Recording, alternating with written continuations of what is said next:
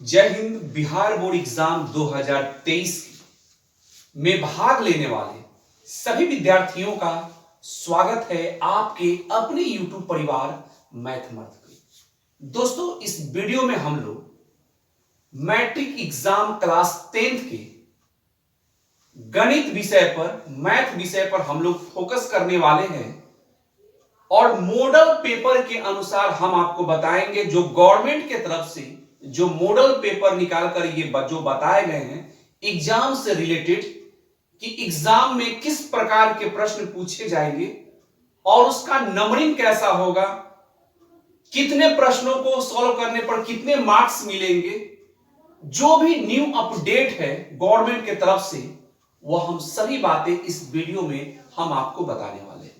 साथ ही साथ दोस्तों हम आपको मॉडल पेपर ऑब्जेक्टिव क्वेश्चन भी हम आपको कराएंगे जो आपके लिए बहुत ही हेल्पफुल होने वाले हैं। वीडियो को शुरू से अंत तक आराम से जरूर देखिएगा दोस्तों, और अंत में जाकर अगर लगे कि यह वीडियो आपके लिए लाभदायक है, हेल्पफुल है, तब जाकर चैनल को सब्सक्राइब कीजिएगा।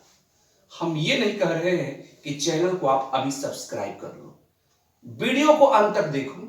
अगर अंत में जाकर लगे कि नहीं ये वीडियो हमारे लिए काफी हेल्पफुल है और सर ने हमें अच्छा इंफॉर्मेशन दिया है हमें, तो चैनल को सब्सक्राइब करने के बाद एक लाइक जरूर कीजिएगा और कमेंट करके लास्ट में हमें जरूर बताइएगा कि आपको ये वीडियो कैसा लगा। दोस्तों, इस वीडियो को बनाने में हम काफी मेहनत किए हैं हम आपके लिए, ताकि आप एग्जाम में अच्छे मार्क्स ला सकें। हम हर सब्जेक्ट के मॉडल पेपर हम आपको कराएंगे जो इंपॉर्टेंट है। आज की इस वीडियो में हम लोग मैथ मॉडल पेपर पर चर्चा करेंगे और सभी प्रश्नों को देखेंगे। चलिए दोस्तों, करते हैं इस वीडियो को स्टार्ट। दोस्तों, इस बोर्ड एग्जाम में अच्छे मार्क्स यदि लाना चाहते हैं और टॉप करना चाहते हैं तो मैथ आपके लिए बहुत अति महत्वपूर्ण भूमिका निभाएगा आपको टॉप कराने में और एग्जाम में अच्छे परसेंटेज लाने में। तो आइए इस मैथ के इस वीडियो को देखते हैं पूरा अंत तक और समझते हैं इसे। दोस्तों, सबसे पहले secondary school examination annual 2023 mathematics compulsory है, गणित अनिवार्य। इस प्रकार के मॉडल पेपर के द्वारा बताए गए हैं और ठीक दोस्तों इसी प्रकार के जब पेपर मिलेंगे आपके एग्जाम में तो ठीक ऐसे ही ये सब लिखा हुआ रहेगा कि गणित अनिवार्य है। इंग्लिश हिंदी दोनों में रहेंगे क्वेश्चन। तो जो बहुत सारे ऐसे स्टूडेंट होते हैं दोस्तों जो इंग्लिश मीडियम में लिखते हैं तो इंग्लिश मीडियम में ही अपना सॉल्व करें, लिखे बनाएं। जो हिंदी में है वो हिंदी में बनाएं। ऐसा कोई रूल नहीं है कि आप हिंदी में बनाइए इंग्लिश में बनाइए, ऐसा कुछ नहीं है। जो आपका सबसे इजी लैंग्वेज लगे कि हाँ हम इस लैंग्वेज में अच्छे ढंग से हम लिख सकते हैं, सॉल्व कर सकते हैं, तो आप उसी लैंग्वेज का यूज करेंगे। दोस्तों, कुल प्रश्नों की जो संख्या होगी, टोटल नंबर ऑफ क्वेश्चन जो होगा वह ऑब्जेक्टिव दोस्तों आपका 100 क्वेश्चन होंगे ऑब्जेक्टिव के। ध्यान से पहले समझिएगा दोस्तों, कुल प्रश्नों की संख्या यानी टोटल नंबर ऑफ क्वेश्चन, तो 100 क्वेश्चन दोस्तों ऑब्जेक्टिव होगा। कितने क्वेश्चन? 100 क्वेश्चन ऑब्जेक्टिव होगा, वस्तुनिष्ठ होगा, जिसके 4 ऑप्शन दिए जाएंगे, जिसमें से एक ऑप्शन आपका सही होगा, बाकी 3 गलत होगा। कितने ऑब्जेक्टिव क्वेश्चन होंगे? 100 ऑब्जेक्टिव क्वेश्चन होंगे। अब यह नहीं कि आपको 100 में 100 बनाना है, ऐसी बात नहीं है।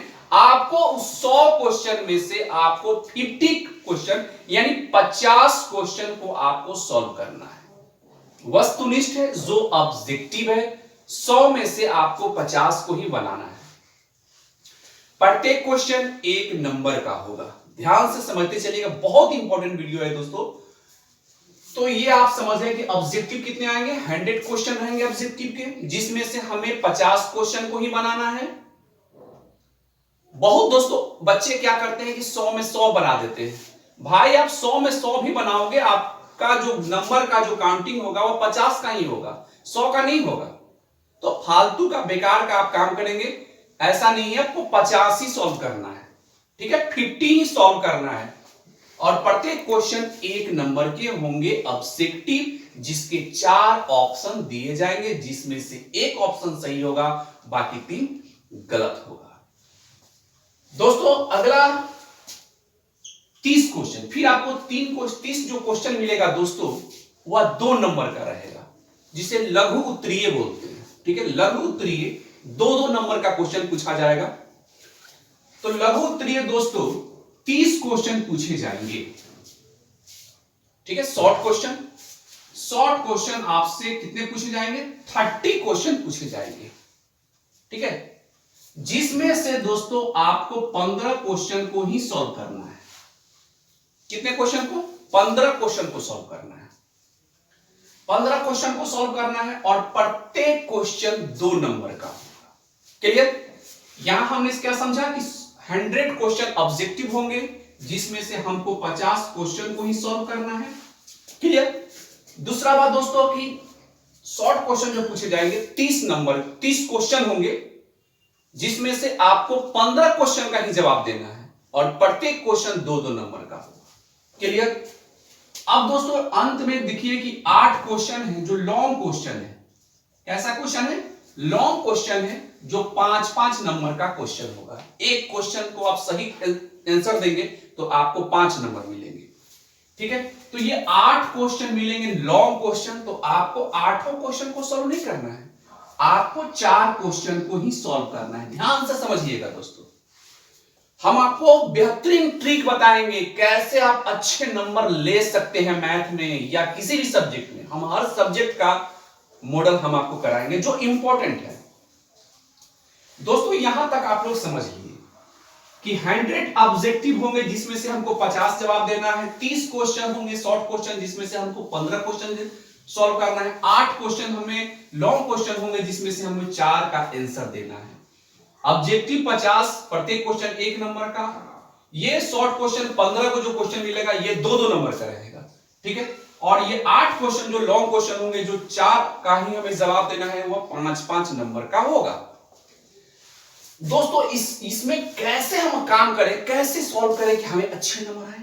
तो आप जब ऑब्जेक्टिव पहले देखेंगे आप 100 क्वेश्चन, तो उसमें आप 50 क्वेश्चन को ऐसे चुनिए जो बहुत इजी हो और जिसके बारे में आप जानते हैं। ठीक है, चुनना है आपको कि हाँ ये हमसे सॉल्व हो जाएगा, उसी को लेना है। जरूरी नहीं है कि 1 नंबर 2 नंबर 3 नंबर लाइन से वैसा बेवकूफी नहीं करना है आपको। हाँ, 1 नंबर अगर इजी है तो पहले सॉल्व कर लीजिए। 1 नंबर के बाद अगर एक लग रहा है कि नहीं 99 नंबर जो क्वेश्चन है ना बहुत इजी है, तो आप डायरेक्ट 99 नंबर बनाइए। इस प्रकार आपको उसमें से 100 में से 50 क्वेश्चन आपको देखना है कि कौन आपके लिए इजी है, उसी को आपको सॉल्व करना है। क्लियर है? प्रत्येक क्वेश्चन 1 नंबर का है। दूसरी बात दोस्तों, 30 क्वेश्चन जो पूछेंगे शॉर्ट क्वेश्चन, वो 2-2 नंबर का होगा। तो 15 क्वेश्चन रहेंगे। अब 30 को क्वेश्चन लिखे हुए, उसमें से हमको 15 को चुनना है जो इजी है, जिसके बारे में हम जानते हैं। तो हम आसान देखेंगे, जो इजी होगा पहले हम उसी को बनाएंगे। अब इसमें भी बहुत बच्चे क्या करते हैं भाई, वो करते क्या है दोस्तों कि 1 नंबर है तो 1 के नंबर से स्टार्ट करेगा, फिर 2 नंबर बनाएगा, 3। अरे जरूरी नहीं है कि काउंटिंग सीरियल नंबर हो, ऐसा कुछ नहीं है। अगर 5 नंबर आपको इजी लग रहा था, पहले 5 नंबर बना लो। 5 के बाद लग रहा है कि नहीं 20 नंबर जो क्वेश्चन है बहुत इजी है, तो डायरेक्ट आप 5 से 20 बना सकते हो। ये लाइन बाय लाइन कोई जरूरी नहीं है कि लाइन से बनाएगा, ऐसा कुछ नहीं है। जो आपको इजी लगे वह काम आपको करना है। ठीक है, माइंड में नोट करते चलिए जो मैं आपको बता रहा हूं। गारंटी देता हूं दोस्तों, अच्छे मार्क्स लाएंगे आप मैथ में या किसी भी सब्जेक्ट में। यदि हमारी इस वीडियो को आप देख रहे हैं और समझ रहे हैं तो आपको अच्छे मार्क्स आएंगे। अब दोस्तों अगला बात है 8 क्वेश्चन जो लॉन्ग क्वेश्चन है। प्रत्येक क्वेश्चन कितने? 5 नंबर का है भाई, बहुत इंपॉर्टेंट है। 4 क्वेश्चन बनाओ, 20 नंबर लाओ। तो 8 क्वेश्चन में से 4 क्वेश्चन को बनाना है, तो हमको देखना है कि उसमें 4 क्वेश्चन कौन कौन इजी है जो हम जानते हैं। अरे भाई 8 क्वेश्चन लिखा हुआ है, उसमें से हमको 4 को देखना है जो इजी हो, उसी को सॉल्व करेंगे ना। तो 4 क्वेश्चन हम अपना काम कर लेंगे, मेरा काम कंप्लीट हो गया। बस इतना ही बनाना है। 50 अब 15 कितना हो गया? ये हो गया 65। अब 65 में 4 कितना हो गया? 65 से 69, मात्र आपको 69 क्वेश्चन को जवाब देना है भाई। समझ में आ रहा है ना? तो ये तो ऑब्जेक्टिव है, कुछ भी नहीं है, लेकिन ये सब विशेष करके हाँ, और ऑब्जेक्टिव है तो इसमें एक में एक आएंगे, ठीक है? तो अच्छे से एग्जाम देना है, अच्छे से मार्क्स लाना है। यहां तक आप लोग समझ लिए। यही काम कीजिएगा दोस्तों, जो इजी है पहले उसको सॉल्व कीजिए और उसी को चुनना है, उसी को सॉल्व करना है। और टेंशन नहीं लेना है एग्जाम का, हम हैं आपके साथ। हम आपको मैथ में जो इंपॉर्टेंट क्वेश्चन है हम आपको टोटली करवाएंगे, या किसी भी सब्जेक्ट का हो, साइंस का भी है, उसमें भी हम आपको बताएंगे जो इंपॉर्टेंट है। और जो हम बताएंगे वह यदि आप करके जाएंगे दोस्तों, तो आप अच्छे नंबर से आप एग्जाम में क्वालिफाइड करेंगे और अपने माता पिता का नाम जरूर रोशन करेंगे। दोस्तों यहां तक हम लोग समझ लिए, तो टोटल क्वेश्चन कितने होंगे? 50, 15, 65, 69, 69 क्वेश्चन को ही सॉल्व करना है। पूर्णांक कितने होंगे? 100। टोटल फुल मार्क्स 100, मैथ में 100 मार्क्स का एग्जाम होगा। तो 50 ऑब्जेक्टिव यहां मिल गए, 50 में 50 मिल गया। 15 क्वेश्चन शॉर्ट क्वेश्चन है, तो 15 दूना 30, 50 और 30 कितना हो गया? 80 क्वेश्चन, 80 नंबर आपको यही आ गया।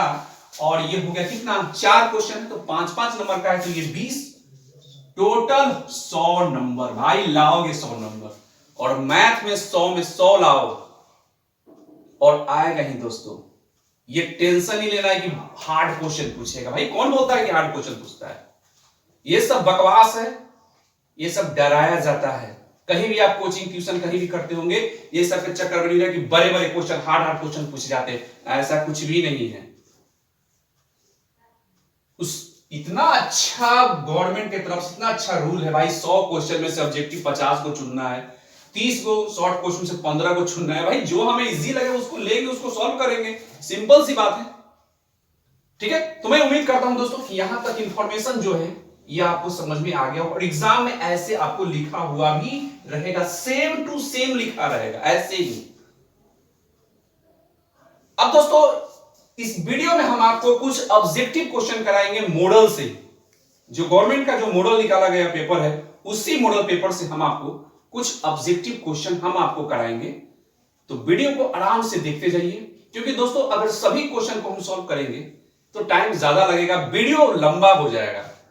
ठीक है, तो हम इस वीडियो में हम आपको जो भी ऑब्जेक्टिव क्वेश्चन है वो हम आपको कुछ कराएंगे, कुछ क्वेश्चन जो महत्वपूर्ण है वो हम आपको करा रहे हैं। तो भाई दोस्तों करते हैं इस वीडियो को स्टार्ट और उसे देखते हैं ऑब्जेक्टिव क्वेश्चन को। फिर अगले वीडियो में दोस्तों लॉन्ग क्वेश्चन, शॉर्ट क्वेश्चन सभी हम आपको बताने वाले हैं। कहीं जाने की कोई जरूरत नहीं है। चैनल पर पहली बार है भाई तो नीचे दिए गए सब्सक्राइब के ऑप्शन को क्लिक करो और चैनल को सब्सक्राइब कर लो, और निश्चिंत हो जाओ एग्जाम के लिए। अच्छे मार्क्स हम आपको यहां से देंगे। चलिए दोस्तों स्टार्ट करते हैं। पहला क्वेश्चन, P/Q, जहां PQ पूर्णांक है, Q इज नॉट 0 के रूप में 0.41, ये 41 पर रेकरिंग दिया हुआ है, को लिखा जा सकता है। In the form PQ are integer, Q is not 0, 0.41 पर रेकरिंग है, can be expressed as, 4 option दिए गए। दोस्तों हम आपको समझाते चल रहे हैं, ध्यान से पहले समझिएगा, क्योंकि एक टाइप क्वेश्चन होगा लेकिन मेरा निशाना 10 क्वेश्चन पड़ जाएगा। ठीक है, इसलिए समझिएगा ध्यान से। P/Q, जहां PQ और पूर्णांक है, Q इज नॉट 0। दोस्तों याद कर लिया, किसी भी पूर्णांक में जब P/Q लिखा हुआ है तो Q किसी भी कीमत पर 0 नहीं होगा। ये क्वेश्चन में दिया रहने का मतलब क्या होगा कि इस पर आपको ध्यान तो देना नहीं है। पहली बात यह कहता है कि Q कभी 0 नहीं होगा, बिल्कुल Q कभी भी 0 नहीं होता है। ठीक है, ये बात आप समझिएगा पहले। ठीक, ये बात समझ लीजिए। दूसरा बात दोस्तों, जो क्वेश्चन पे बात है उस पे आ जाइए। बोला कि 0.41 इस पर रेकरिंग है, इसको लिखा जा सकता है। ठीक है, कैन बी एक्सप्रेस्ड एज, यानी कैसे इसमें लिखा जा सकता है। तो दोस्तों यहां देखिएगा 0.41 इस पर रेकरिंग दिया हुआ है। तो आपको अगर इस प्रकार के प्रश्न एग्जाम में आते हैं तो करना क्या है, जो आपके आंख से दिखाई दे रहा है उसे लिख लीजिए।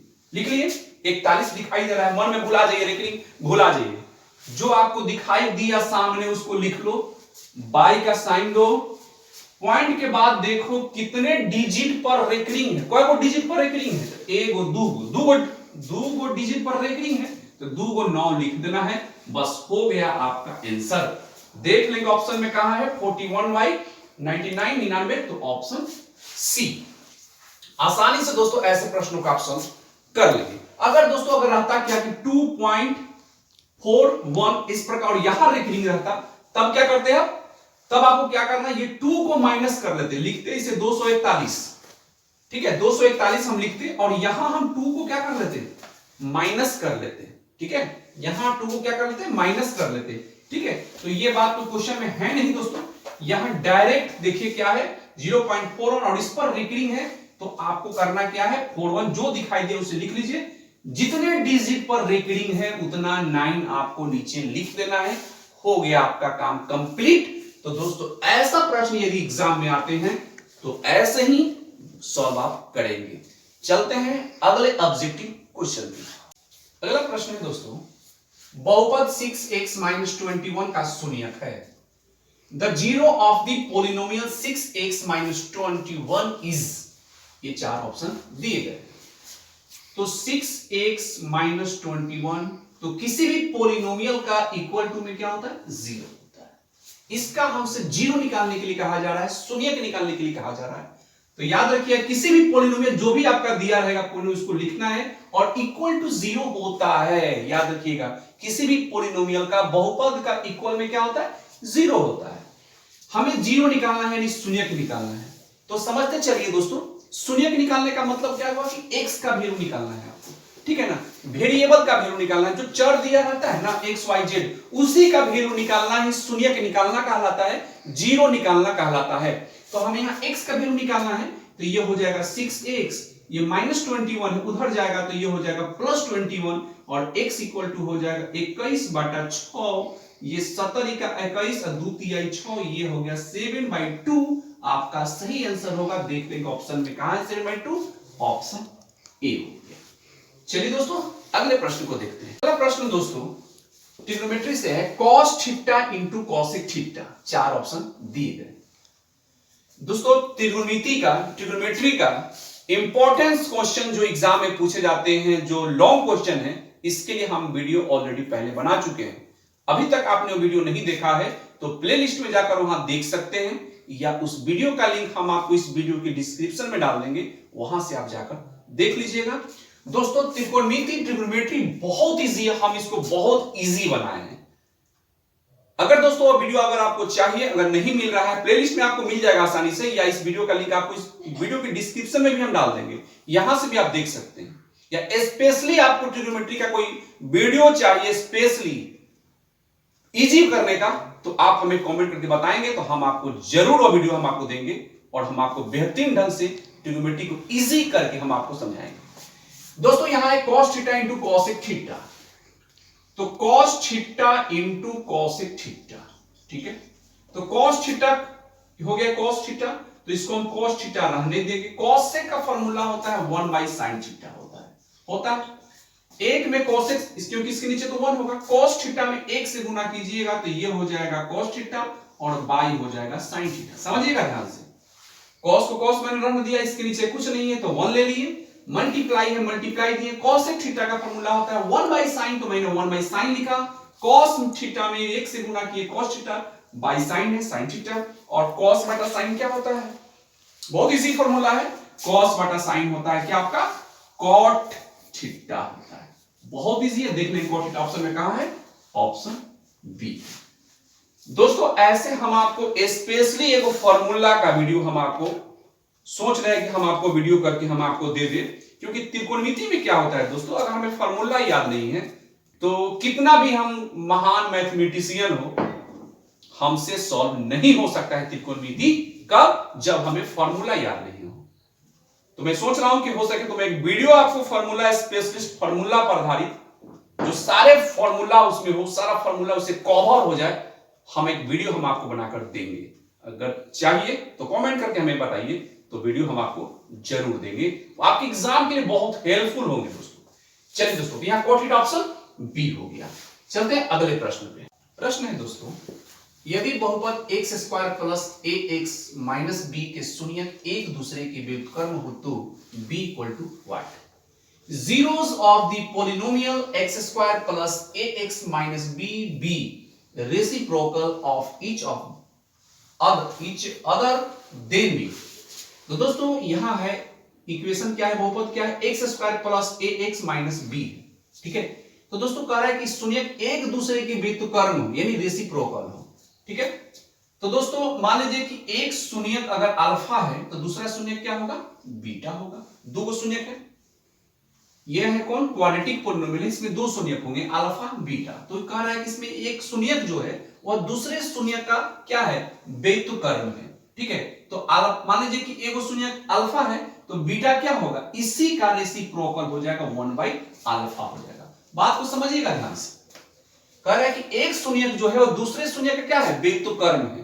तो एक शून्यक यदि अल्फा है तो बीटा क्या होगा, अल्फा का ही ना रेसिप्रोकल हो जाएगा, इसी का 1/अल्फा हो जाएगा। क्लियर। तो एक फॉर्मूला होता है दोस्तों अल्फा इंटू बीटा, इसका फॉर्मूला होता है C/A होता है, शून्यकों का गुणनफल। मल्टीप्लाई करेंगे अगर जीरो का शून्यक को मल्टीप्लाई करेंगे तो इसका फॉर्मूला होता है C/A, alpha into beta C/A होता है। अब देखिए अल्फा का अल्फा, बीटा को बीटा नहीं लिखकर हम लिख सकते हैं क्या, अल्फा 1/अल्फा, बीटा इक्वल टू 1/अल्फा, तो बीटा ना लिखकर हम लिख दिए 1/अल्फा। तो अल्फा से अल्फा कट गया, सी यहां क्या है देखिए, तो सी, तो ए बी सी जो कांस्टेंट होता है वो सी होता है, तो माइनस बी आपका सी हो गया। ए कितना है, तो ए का मतलब होता है एक्स स्क्वायर का कोफिशिएंट, यानी एक्स स्क्वायर का जो गुणांक होता है। तो गुणांक किसको बोलते हैं, जो एक्स स्क्वायर का गुणांक, यानी यहां क्या छुपा हुआ है 1, तो 1। एक्स का कोफिशिएंट कौन होगा, तो ए कहलाएगा।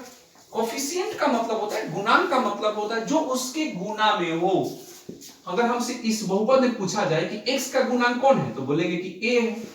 एक्स स्क्वायर का कोफिशिएंट क्या है, गुणांक क्या है, तो एक्स स्क्वायर के गुना में यह क्या है, कुछ नहीं है, यानी कि 1 है। तो फॉर्मूला होता है C/A, तो C तो यहां b माइनस b है, C का मतलब होता है कांस्टेंट यानी अचर, तो माइनस b है तो माइनस मैंने b यहां लिख दिया। अब a मांग रहा है y में, तो a कितना होता है, a कितना है, यहां 1 है। a का मतलब होता है एक्स स्क्वायर का कोफिशिएंट, तो एक्स का कोफिशिएंट यहां 1 है, तो ये आपका यहां 1 हो गया। यानी कहने का मतलब दोस्तों माइनस b/1 इक्वल टू क्या हो गया, 1 हो गया। यानी b का जो वैल्यू होगा वो क्या हो जाएगा, -1 होगा।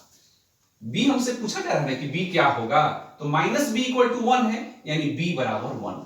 ये सॉरी -1, ये माइनस उधर चल जाएगा, यानी b का वैल्यू क्या आएगा, -1 आएगा। तो इस प्रकार देखने का ऑप्शन में -1 कहां है, ऑप्शन सी आपका करेक्ट आंसर होगा। दोस्तों अगर इस प्रकार के पहचानने का तरीका आपको नहीं आता है तो आप एक बात याद रखिएगा, क्वाड्रेटिक पॉलिनोमियल का जो रूप रंग होता है वह होता है एक ax² plus bx plus c होता है, याद करिएगा। यानी एक्स स्क्वायर के कोफिशिएंट को a कहा जाता है और x के कोफिशिएंट को b कहा जाता है और कांस्टेंट को c कहा जाता है। चलिए यहां तक समझ लिए, और फॉर्मूला जरूर याद रखिएगा, शून्यकों का गुणनफल यानी अल्फा इंटू बीटा होता है C/A होता है, और शून्यकों का योगफल जो होता है अल्फा जो बीटा वो होता है -b/a। यानी शून्यकों का योगफल अल्फा जो बीटा क्या होता है, -b/a। तो -b यानी x का गुणांक और a यानी एक्स स्क्वायर का कोफिशिएंट। बहुत सारे विद्यार्थियों को ये नहीं समझ में आता है कि सर ये अल्फा बीटा क्या होता है। भाई तो अल्फा बीटा यहां 0 है, यानी शून्यक है। क्वाड्रेटिक में 2 शून्यक होते हैं, क्यूबिक पॉलिनोमियल में 3 शून्यक होते हैं। क्लियर। इस प्रकार आप ये बात को समझ लिए होंगे। चलिए अगले प्रश्न को देखते हैं। प्रश्न है दोस्तों, यदि x - y = 2 तथा x + y = 10 है तो if x - y = 2 and x + y = 10 then, तो इस प्रकार x का वैल्यू क्या होगा, y का वैल्यू क्या होगा, ये हमसे पूछा जा रहा है। तो ये इक्वेशन हम बनाएंगे, तो ये हो गया x यहां हम सॉल्व करते हैं इसे, x - y = 2 है और x + y = 10। तो ये इक्वेशन फर्स्ट हो गया, ये इक्वेशन सेकंड हो गया।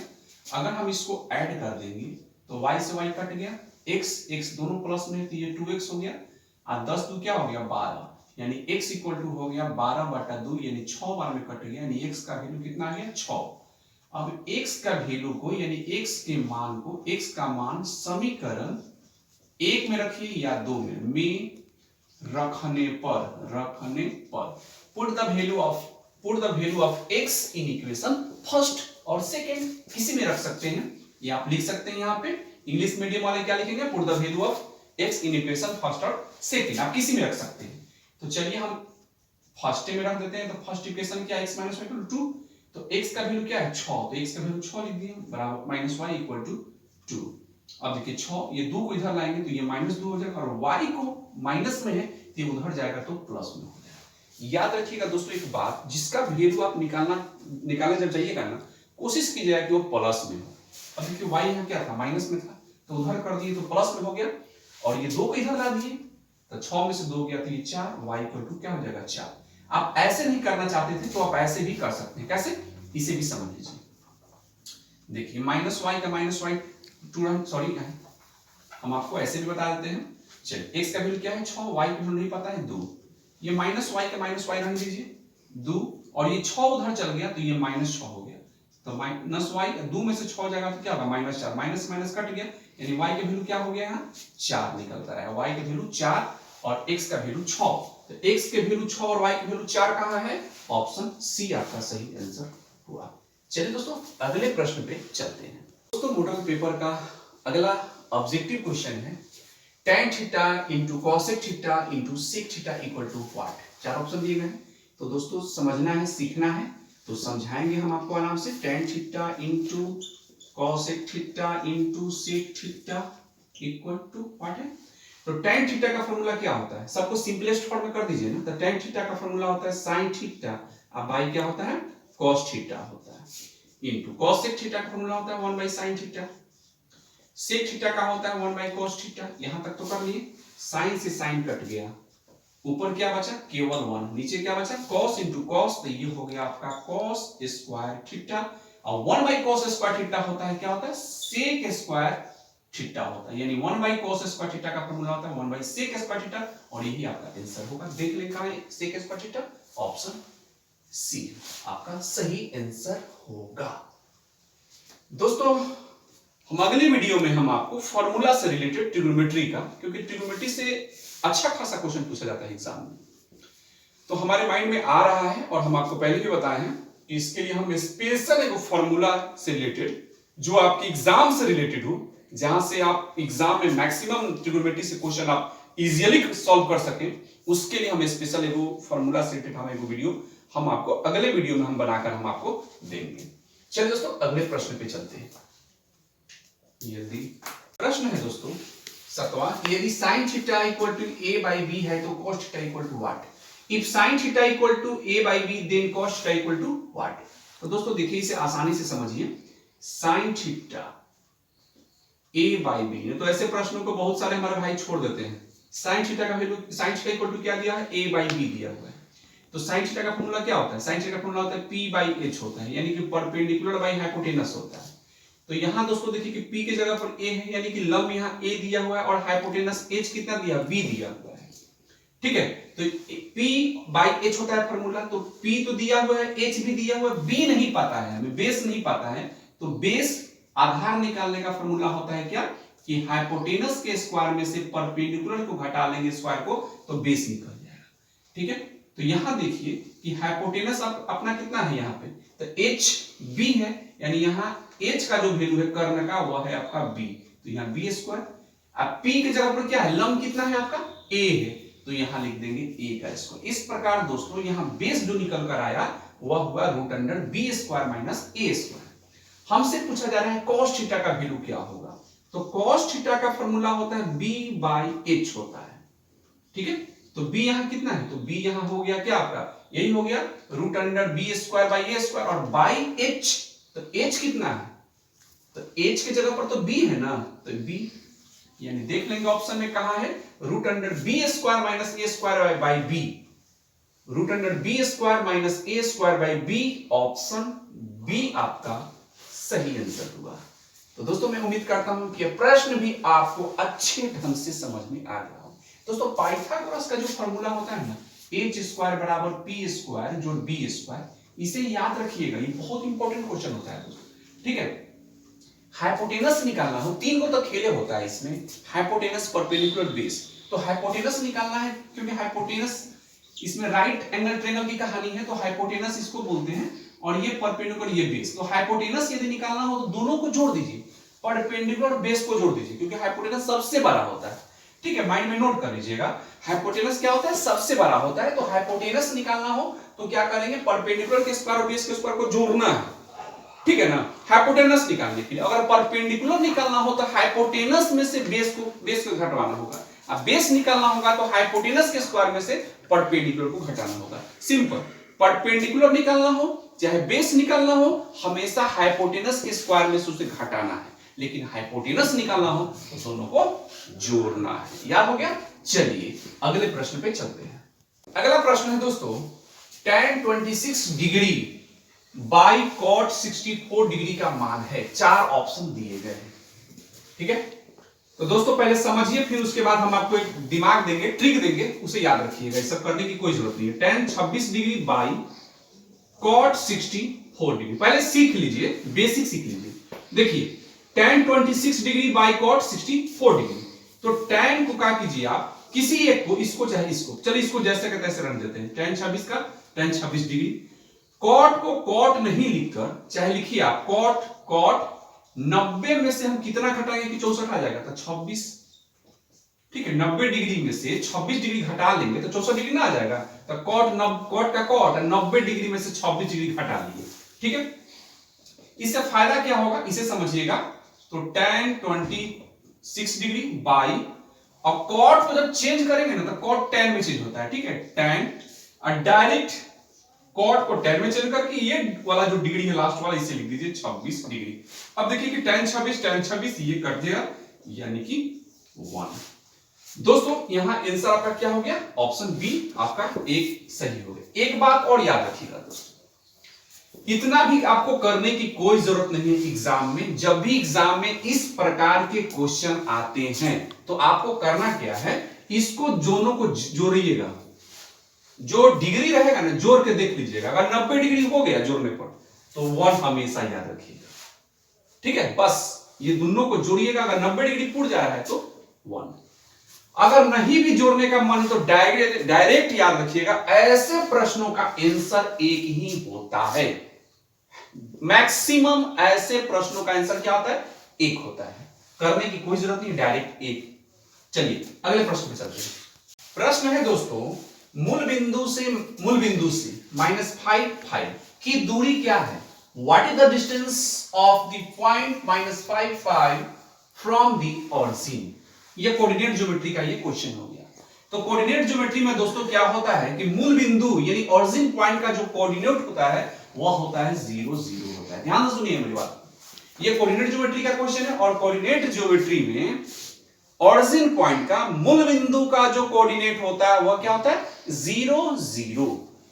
अब दोस्तों ये बात समझते हैं, 0 0 -5 का मतलब, यानी कि ये 0 0 का मतलब यानी कि x का वैल्यू यहां 0 है और y का वैल्यू 0। ये बात होता है, पहले x तब y, यानी x का वैल्यू 0 y का वैल्यू 0। यहां देखिए -5 का मतलब क्या हुआ, x का वैल्यू -5 और y का वैल्यू 5। ये समझिए पहले, ठीक है ना। ये कोऑर्डिनेट का मतलब क्या होता है, और मूल बिंदु का कोऑर्डिनेट क्या होता है, 0 0 होता है। तो मूल बिंदु से किसी बिंदु की डिस्टेंस निकालना हो तो डायरेक्ट फार्मूला याद रखिएगा, क्या, √x² + y²। कब, जब मूल बिंदु से किसी बिंदु की दूरी निकालना हो तो इसका कोऑर्डिनेट इसका डिस्टेंस फार्मूला क्या होता है, x² √x² + y²। ठीक है, तो यहां x की जगह पर क्या है, -5, प्लस y की जगह पर क्या है 5। तो -5 का स्क्वायर कीजिएगा तो माइनस का साइन हट जाएगा, 5 का स्क्वायर सीधे 25 हो जाएगा, और ये 5 का स्क्वायर क्या हो जाएगा, ये हो जाएगा 25। यानी इसको सॉल्व कीजिएगा तो ये हो जाएगा, जोड़िएगा तो ये 50 हो गया। कितना हो गया, 50। और 50 का स्क्वायर रूट क्या होता है, तो ये हो जाएगा 5√2 हो जाएगा। पूछिए कैसे, तो रूट के जो बाहर होता है उसको 2 बार गुना कीजिए, 5 × 5 = 25, और जो रूट के अंदर उसको 1 बार।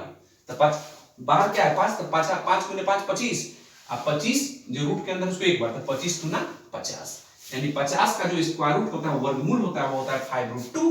देखना ऑप्शन में कहां है, ऑप्शन बी आपका सही आंसर होगा 5√2। दोस्तों कोऑर्डिनेट ज्योमेट्री बहुत इंपॉर्टेंट चैप्टर है मैथमेटिक्स का, और एग्जाम के लिए बहुत इंपॉर्टेंट है।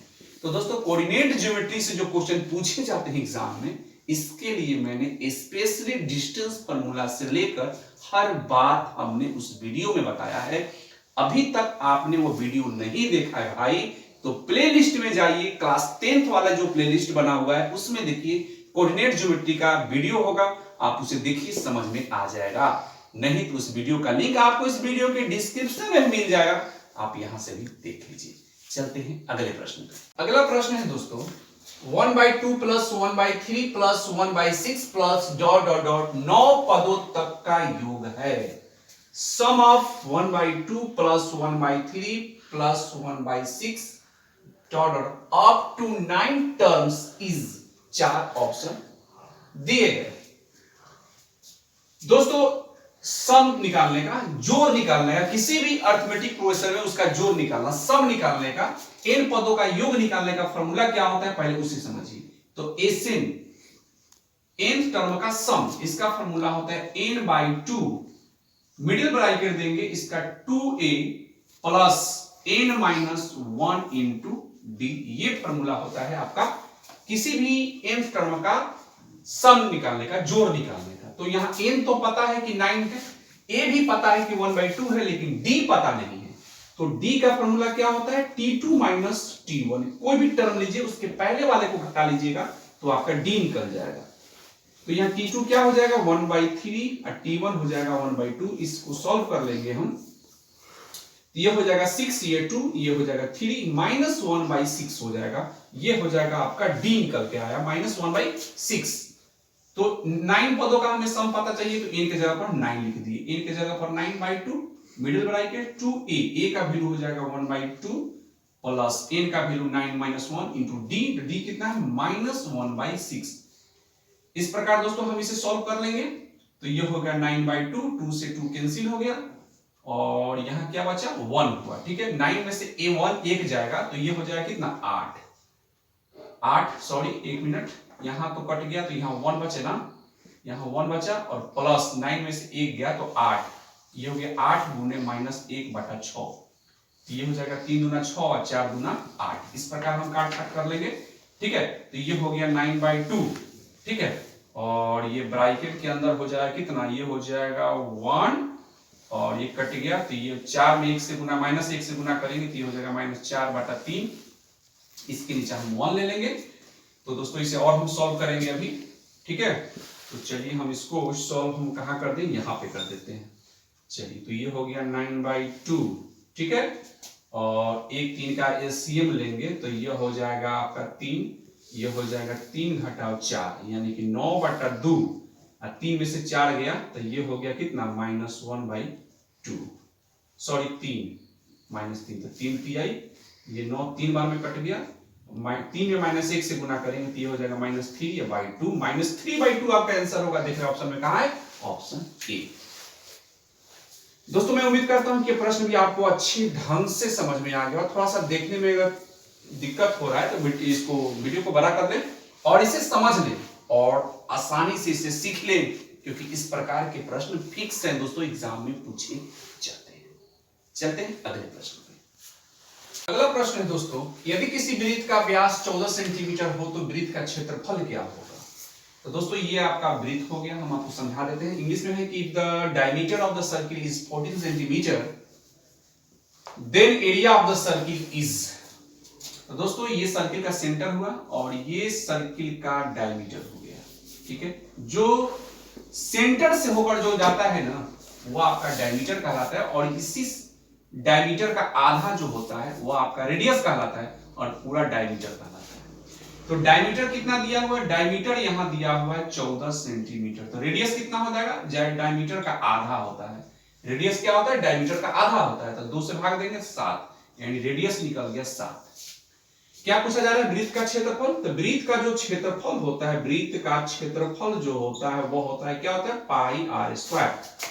तो पाई का वैल्यू हो जाएगा आपका 22/7 होता है, वैल्यू पाई का वैल्यू 22/7 होता है। और रेडियस कितना दिया है 7, यानी 7 का स्क्वायर, यानी 7 को 2 बार लिख लेंगे तो 7 से 7 कट गया, तो ये 22 में 7 से गुना करें 14 और 14 15 यानी 154 सेंटीमीटर स्क्वायर। देख लेंगे ऑप्शन का है, ऑप्शन सी आपका सही आंसर। चलते हैं दोस्तों अगले प्रश्न पे। प्रश्न है दोस्तों, एक वृत्त की परिधि तथा व्यास का योग 29 सेंटीमीटर है, तो वृत्त का व्यास क्या होगा? तो दोस्तों कह रहा है कि वृत्त की परिधि, तो परिधि का फॉर्मूला क्या होता है? परिधि का फॉर्मूला होता है 2 पाई आर। ये वृत्त की परिधि का फॉर्मूला है। तो वृत्त की परिधि तथा व्यास, तो व्यास यानी कि डी, इन दोनों का जो योग है वह है 29 सेंटीमीटर। अब दोस्तों इसमें हमें वृत्त का व्यास पूछा जा रहा है कि वृत्त का व्यास क्या होगा।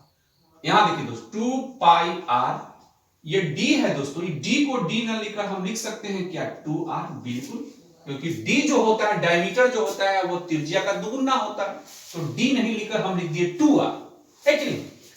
d बराबर क्या होता है? 2r होता है, यानी कि व्यास जो होता है वो त्रिज्या का दुगुना होता है, और त्रिज्या जो होता है वो व्यास का आधा होता है, तो d न लिखकर हम 2r लिख दिए।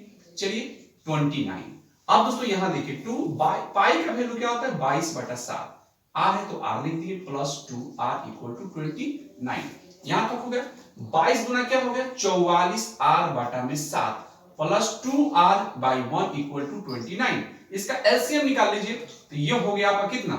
ये हो गया 7, ये हो गया 44r, ये हो जाएगा 7 गुना 14r इक्वल टू 29। यहां तक तो समझ में आ रहा होगा।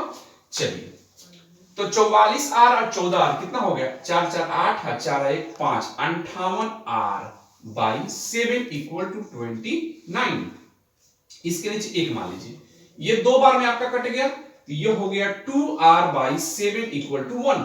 यानी कहने का मतलब दोस्तों यह हो गया r बराबर आपका हो जाएगा, क्या हो जाएगा? यह हो जाएगा 7/2, यानी कि 3.5 आपका रेडियस हो गया। 2r बाई 7 इक्वल टू 1, तो r इक्वल टू क्या हो जाएगा? 7/2 नहीं हो जाएगा, तो 7/2 से डिवाइड कर 3.5 देख लेंगे। 3.5 कहां है? ऑप्शन आपका ये सही होगा, यहां छूट गया होगा पॉइंट, यानी ऑप्शन ए होगा। 3.5 आपका सही आंसर होगा ऑप्शन ए। चलिए दोस्तों अगले प्रश्न पे चलते हैं। अगला प्रश्न दोस्तों ज्योमेट्री से है, सर्किल से है। एक बिंदु Q से एक वृत्त पर स्पर्श रेखा की लंबाई 24 सेंटीमीटर तथा Q की केंद्र से दूरी 25 सेंटीमीटर है, तो वृत्त की त्रिज्या क्या है? चार ऑप्शन दिए गए हैं। दोस्तों इस प्रश्न को ध्यान से समझिएगा, ये तो ऑब्जेक्टिव में दिया हुआ है। ऐसे प्रश्न दोस्तों आपको शॉर्ट क्वेश्चन जो 2 नंबर वाले क्वेश्चन होते हैं उसमें भी आपको मिल सकते हैं, ठीक है? तो ध्यान से समझने की कोशिश कीजिएगा, ठीक है? इससे आपको फायदा भी है, इससे ऑब्जेक्टिव के आपको 2-3 क्वेश्चन पकड़ा जाएगा, इसलिए समझिएगा इसको ध्यान से। ये सर्किल हो गया आपका, ठीक है? ये क्या हो गया आपका? सर्किल हो गया। ये सर्किल का सेंटर है, जो केंद्र है O। कहता है कि एक बिंदु Q से एक वृत्त पर स्पर्श रेखा की लंबाई, एक बिंदु Q से, तो मान लीजिए कि एक बिंदु है Q, ठीक है? इस बिंदु Q से स्पर्श रेखा, ये इसको बोलते हैं स्पर्श रेखा, जो वृत्त को स्पर्श करता है, ये स्पर्श रेखा यहां P मान लीजिए। तो कहता है कि एक Q से एक वृत्त पर स्पर्श रेखा की लंबाई 24 सेंटीमीटर, यानी इसकी लंबाई जो है वह हो गया 24 सेंटीमीटर, तथा Q की केंद्र से दूरी, Q से केंद्र की दूरी कितनी है? ये है 25 सेंटीमीटर। तो वृत्त की त्रिज्या, यानी कि वृत्त की त्रिज्या, ये आपसे पूछा जा रहा है। दोस्तों एक बात हमेशा याद रखिएगा, इस प्रकार में स्पर्श रेखा जो ये होगा और ये जो बाहरी बिंदु है, इससे केंद्र जो मिलाने वाला जो डिस्टेंस होगा, और तो यहां आपका 90 डिग्री का कोण बनेगा, 90 डिग्री का कोण बनेगा। तो इस प्रकार दोस्तों यह राइट एंगल ट्रायंगल हो गया, जिसमें यह आपका हाइपोटेनस हो गया 25, आपका हाइपोटेनस हो गया, और इसे लंब आप कह सकते हैं 24 को। यहां त्रिज्या हमसे पूछा जा रहा है, यानी ओपी। तो दोस्तों ये राइट एंगल हो गया, तो इसमें हमें ओपी निकालना है, ओपी निकालना है, यानी कि रेडियस निकालना है। तो यह हो जाएगा रूट अंडर 25 का स्क्वायर माइनस 24 का स्क्वायर, ठीक है? ओपी यानी रेडियस, तो 25 का स्क्वायर 625 हो गया, और 24 का स्क्वायर 576 हो गया। इस प्रकार दोस्तों घटा लीजिए, 15 में से 6 गया, ये हो गया 9, और ये हो गया 11, 11 में 7 गया 4 हो गया, 5 में से 5 गया 0, यानी रूट अंडर 49 और 49 का 49 का स्क्वायर में क्या होता है? 7। तो ये 7 आपका रेडियस होगा, वृत्त की त्रिज्या होगा। देख लेंगे ऑप्शन में 7 सेंटीमीटर का है, ऑप्शन ए आपका सही आंसर होगा। तो दोस्तों ये बहुत ही इंपॉर्टेंट क्वेश्चन था, कभी कभी ऑब्जेक्टिव में पूछ देगा कि यहाँ कितना कोण बनेगा, तो 90 डिग्री बनता है, याद रखिएगा। तो दोस्तों मैं उम्मीद करता हूं और भी क्वेश्चन ऑब्जेक्टिव के हैं, तो अगर हम ज्यादा कर देते हैं तो वीडियो काफी लंबा चौड़ा हो जाएगा। तो दोस्तों एक आपको इस वीडियो से आपको अनुमान मिल गया होगा, एक पता चल गया होगा कि हाँ आखिर प्रश्न किस प्रकार के पूछे जाएंगे और कैसे हम कितने स्पीड में हम काम करेंगे, काम होगा। मिलते हैं अगले वीडियो में, तब तक अपना ध्यान रखिए। जय हिंद, वंदे मातरम।